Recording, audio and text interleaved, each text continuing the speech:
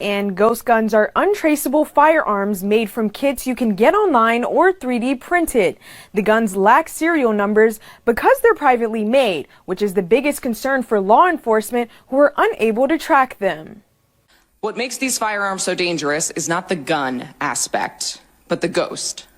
Michigan lawmakers want stricter laws around ghost guns. While it's not the official name, according to the Bureau of Alcohol, Tobacco, Firearms, and Explosives, a ghost gun is a privately made firearm assembled or completed by people other than licensed manufacturers. Currently, you can find websites with parts ranging in prices. Officials say the average price is about $500. Unlike traditional firearms, ghost guns can be purchased or created without background checks, assembled by individuals with no firearms training, be completely untraceable by law enforcement, or acquired by individuals who would legally be prohibited from purchasing a traditional firearm.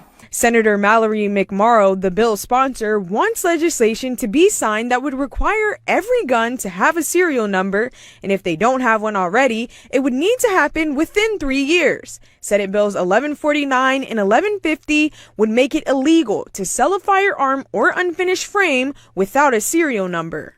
To be clear, the legislation before you does not ban guns, but it does prohibit firearms from being ghosts. It would also make it illegal to use a 3D printer to make firearms without a license. In Lansing, after coming off a violent summer last year, task forces and committees were created to curb gun violence. But leaders say they weren't even sure where to start. We wanted to wrap our minds kind of around what are we seeing in our community? What is specific to our community? Are we seeing guns that are stolen being used in crimes? Are these ghost guns? Are these privately made guns? Are these illegally owned guns that are being used by folks? The ATF said in 2022 that over a 5-year period, they were only able to trace less than 1% of ghost guns back to their purchaser.